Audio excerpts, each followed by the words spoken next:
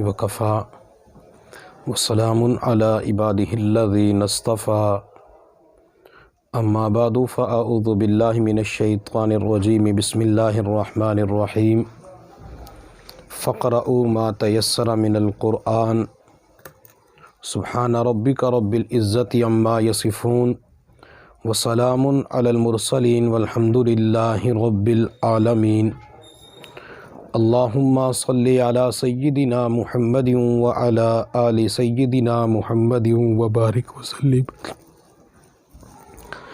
اللہ رب العزت نے حضرات انبیاء کرام کے اوپر آسمانی کتابیں اور صحائف نازل فرمائے۔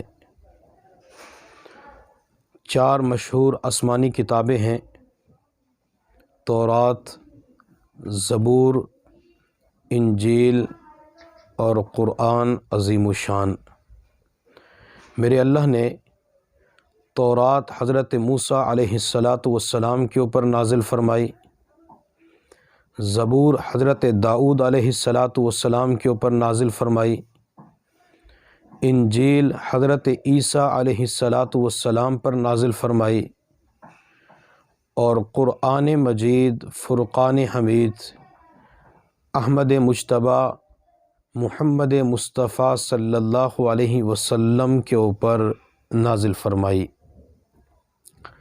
قرآن عظیم الشان حضور صلی اللہ علیہ وسلم کے اوپر تقریباً 23 سال کے عرصے کے اندر نازل ہوا۔ حضور صلی اللہ علیہ وسلم جہاں بھی تشریف لے جاتے تھے تو اللہ رب العزت قرآن وہاں اتار دیا کرتے تھے۔ تمام انبیاء کرام کو میرے اللہ نے فرمایا کہ کتاب چاہیے تو فلاں جگہ پہ آنا پڑے گا۔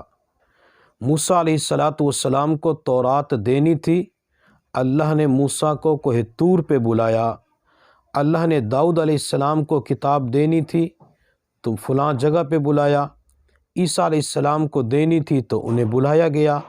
لیکن جب میرے محبوب کی باری آتی ہے تو اللہ اپنے محبوب صلی اللہ علیہ وسلم سے یہ نہیں فرماتے محبوب قرآن لینے کے لیے آپ کو فلاں پہاڑی پہ آنا پڑے گا، قرآن لینے کے لیے آپ کو دریا سمندر کے کنارے پہ آنا پڑے گا، آپ کو قرآن لینے کے لیے فلاں جنگل کے اندر آنا پڑے گا، کسی غار کی تنہائی کو اختیار کرنا پڑے گا۔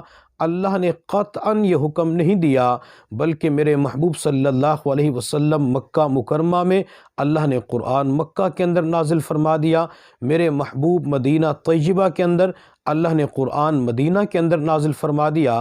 حضور صلی اللہ علیہ وسلم بدر، احد، حنین کے میدان میں اللہ نے قرآن وہاں نازل فرما دیا، حتیٰ کہ میرے محبوب صلی اللہ علیہ وسلم عائشہ صدیقہ رضی اللہ تعالی عنہا کے بستر پر اللہ نے قرآن عائشہ کے بستر پر نازل فرما دیا۔ تو تقریباً 23 سال کے عرصے کے اندر یہ قرآن نبی علیہ السلام کے اوپر نازل ہوا۔ قرآن عظیم الشان اللہ رب العزت نے ہمیں مفت کے اندر یہ دولت اور نعمت عطا فرمائی ہے۔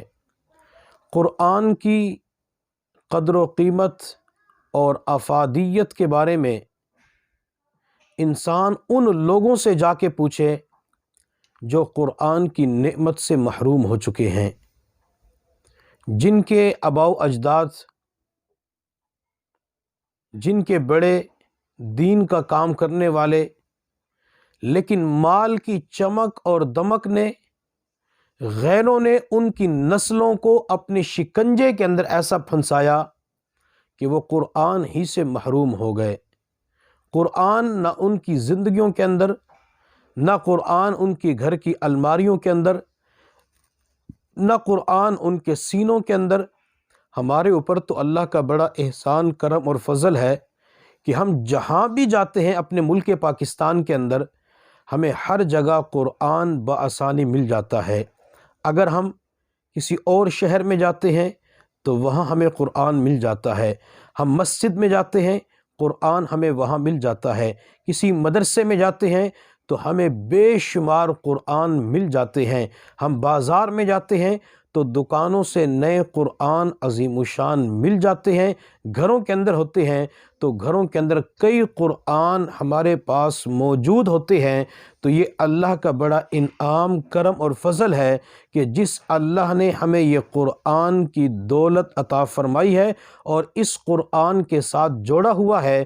جو حضرات یا جو خواتین روزانہ کی بنیاد پہ قرآن کی تلاوت کر لیتی ہیں، روزانہ کی بنیاد پہ قرآن کھولنے کی توفیق مل جاتی ہے، تو اس پر اللہ کا شکر ادا کرنا چاہیے۔ اللہ تیرا لاکھ لاکھ احسان ہے کہ تو نے مجھے اپنا کلام پڑھنے کی توفیق عطا فرمائی۔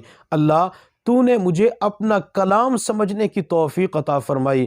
ایک ہوتا ہے قرآن کا پڑھنا، یعنی قرآن کی آیات کی تلاوت کرنا، اور دوسرا ہے قرآن عظیم الشان کو سمجھنا۔ قرآن کو کیسے سمجھنا؟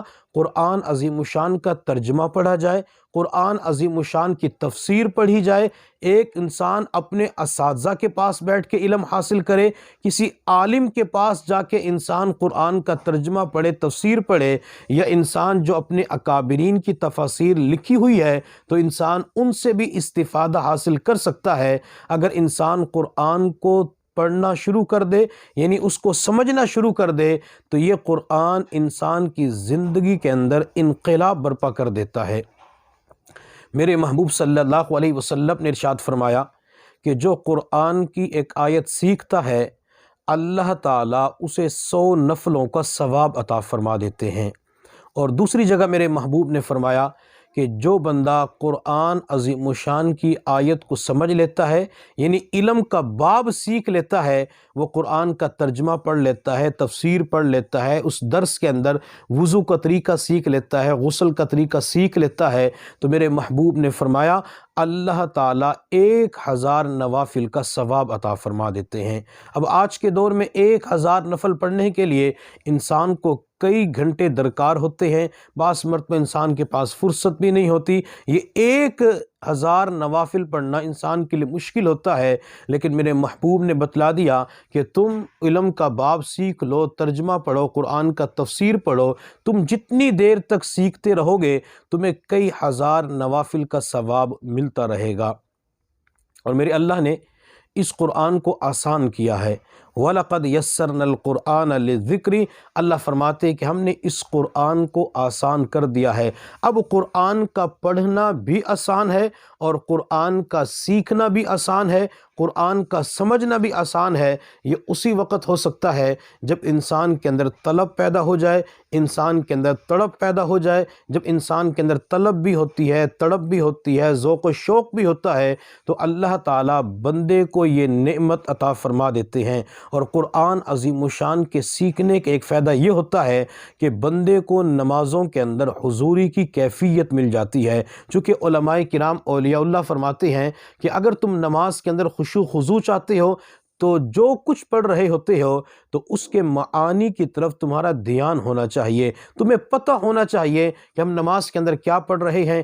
الحمدللہ رب العالمین، اس کے ترجمے کا مفہوم کا تمہیں پتہ ہونا چاہیے۔ تو جب انسان کو ترجمہ آ جاتا ہے، تفسیر انسان پڑھ لیتا ہے، سیکھ لیتا ہے، سمجھ لیتا ہے، تو نماز کے اندر خشوع خضوع کی کیفیت بھی انسان کو نصیب ہو جاتی ہے۔ اللہ تعالیٰ سے دعا ہے کہ اللہ تعالیٰ ہم سب کو قرآن سمجھنے اور سیکھنے کی توفیق عطا فرمائے۔ وآخر دعوانا ان الحمدللہ رب العالمین۔